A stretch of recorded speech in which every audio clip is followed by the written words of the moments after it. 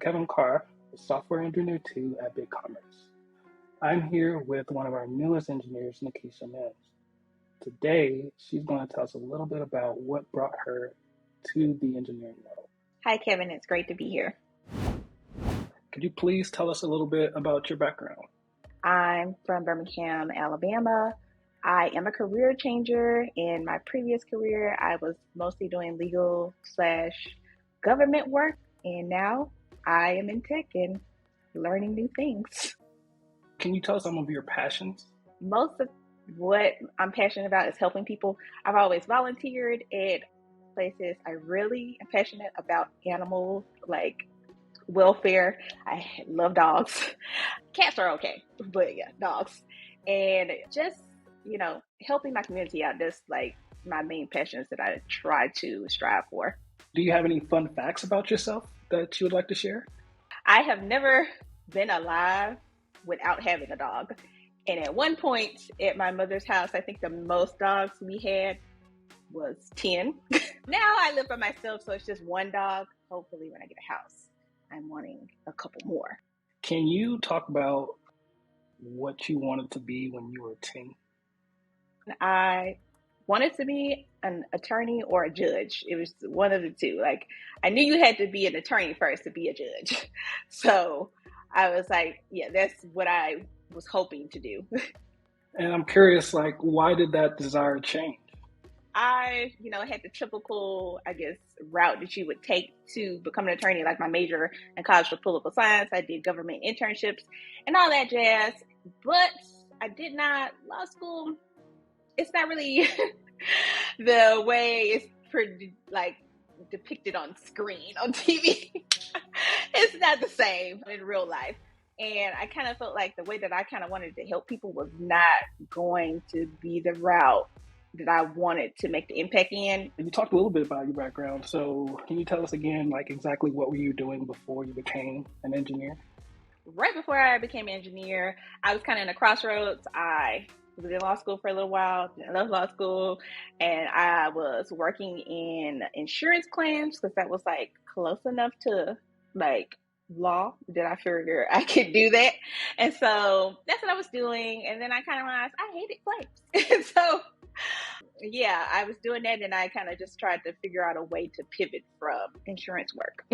To me, I've always looked at the only way to kind of figure out if you like something is to get out there and try it. So hats off to you for getting out and doing that. At what point did you get interested in engineering?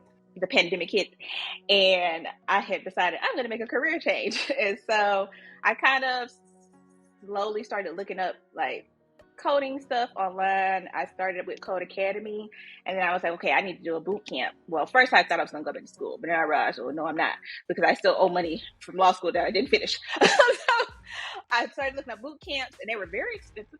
And I stumbled across a boot camp called Tectonica, which is a nonprofit boot camp for low-income women and non-binary people to help them break into tech, basically.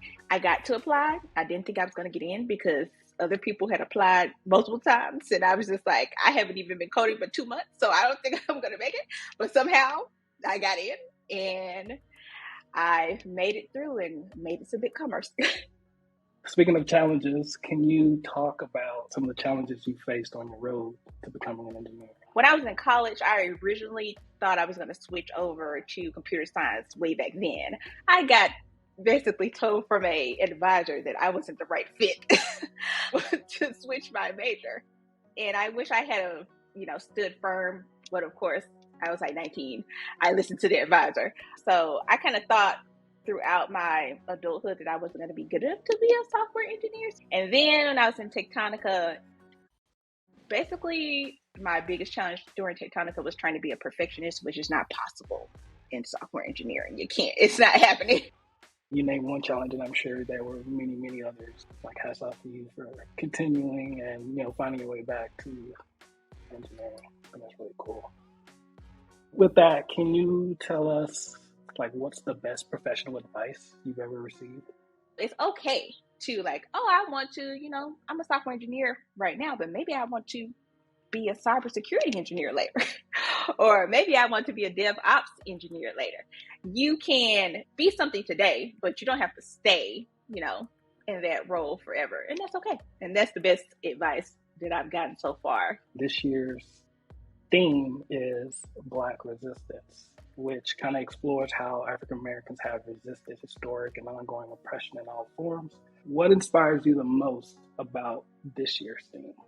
I have always, tried to make sure that I have fought for my community to be heard and seen, especially in these times.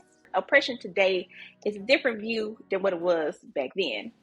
But it's very important for me, myself, to, stay vigilant and make sure that Black history continues to be an important part of American history. So that's just something that I try to instill with everything that I do in my career and the things that I volunteer with and just my entire life, basically. What do you hope other African Americans take away from this thing? Sometimes it's hard to get your view across to others that may not be in the African American community because they don't see things the way that you see it as a Black person in America.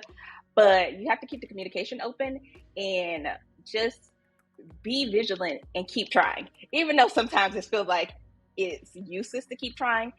If we didn't keep trying way back when, we would not be where we are today. How long have you worked at BigCommerce? Currently, I am at 7 months. I started last July, so not a year yet, but over the halfway mark. And what do you enjoy most about the BigCommerce engineering team? Me reaching out to people who not necessarily are on my team, but for questions about reposts that I'm working in and like, oh, I've never done this. This is coding in, Ruby, and I did not do anything with Ruby before coming to BigCommerce, and them just being helpful and explaining things to me, like a 5-year-old sometimes because I need that. So it's like, I don't know what's going on. And them taking the time to explain that to me has been very helpful just so I can understand what I'm doing and get my work done and, be integrated with all of the different levels of code here at BigCommerce because there's a lot. I think that is a really great trait that you have, being able to ask the right questions that you need to be able to fully understand something without fear of judgment or anything else, because I think that is something a lot of SE1s struggle with the most, right? Is imposter syndrome, afraid to ask questions because then, people may question if they should be here and you have all those questions in your head. So the fact that you've already been able to get in and figure out things and ask the right people, get the answers you need, that's a great skill. When it comes to your teammates, how do you interact or communicate? Slack is very necessary for us to make sure that we're still connected and being able to, ping each other. Because sometimes I might be online, at 8 o'clock my time, but nobody's awake in California because it's 6 a.m. What gets you excited for each workday? Most of the tickets that I've been assigned so far, they're new things that I have not done. Like my current tickets that I'm working on are in PHP and GraphQL. Did not do that in my boot camp either, of course.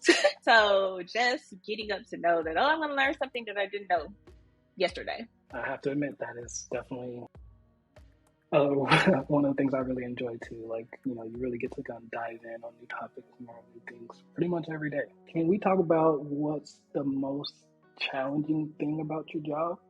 I have to reach out to a lot of different people because we don't own anything. And I need this person that owns the control panel. I need this person that owns products, this person that owns orders.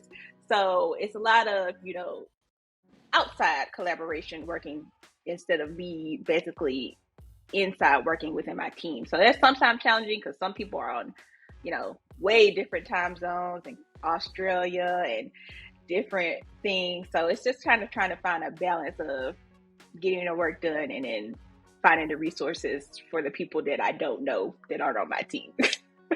Definitely would love to hear, what do you consider your biggest win at BigCommerce so far? It's very little, but I was able to get something into like live production within like a month or two. I only changed, a couple icons on the dev portal, but it was something that like my friends could sign up on the dev portal and see, like, you can see that camera icon. I changed that camera icon. It wasn't there before I did that. I shared that experience before. Like, hey, mom, look what I built. And she's like, oh, that's cool. It's just a little button. She's like, mom, you don't understand the work that I had to go through to get that button to show up there. Just final few questions here. What advice would you give to an aspiring engineer? Basically, when I was in my boot camp, I spent 6 months not going anywhere. I would not recommend this to anyone. I was working all day and night, and in the long run, I learned a lot of things, but I also was burnt out by the time I finished the 6-month boot camp. So it's okay to pace yourself. You're not going to know everything, and you're not going to know everything even when it gets to 5 years, because something new has going to be popped up by the time you get to 5 years that you're not going to know. That's definitely spot on, because software engineering is constantly evolving. I've met folks who've been in software engineering 20 plus years, and they still have to learn new things every single day. What is the most important quality a person who wants to move into engineering should have? Be curious. When you're doing work, especially if you're self-learning, you're going to have to Google a lot of things. You need to learn how to, be okay with Googling and figure out the best way to Google. If a person wants to become an engineer, which skills is the most important to learn? I think communication skills are very important. If you can't explain what's going on in your code, it's great. Oh, you wrote this giant thing and it's working. Okay, how is it working? You need to be able to talk to people and explain what you've done, why you did it that way, what were you thinking when you made it that way, and be able to have a back and forth conversation with the people that you're working with. It's true. It's so true. Thanks again for sharing your story, NeKisha. Bye, everyone. Bye.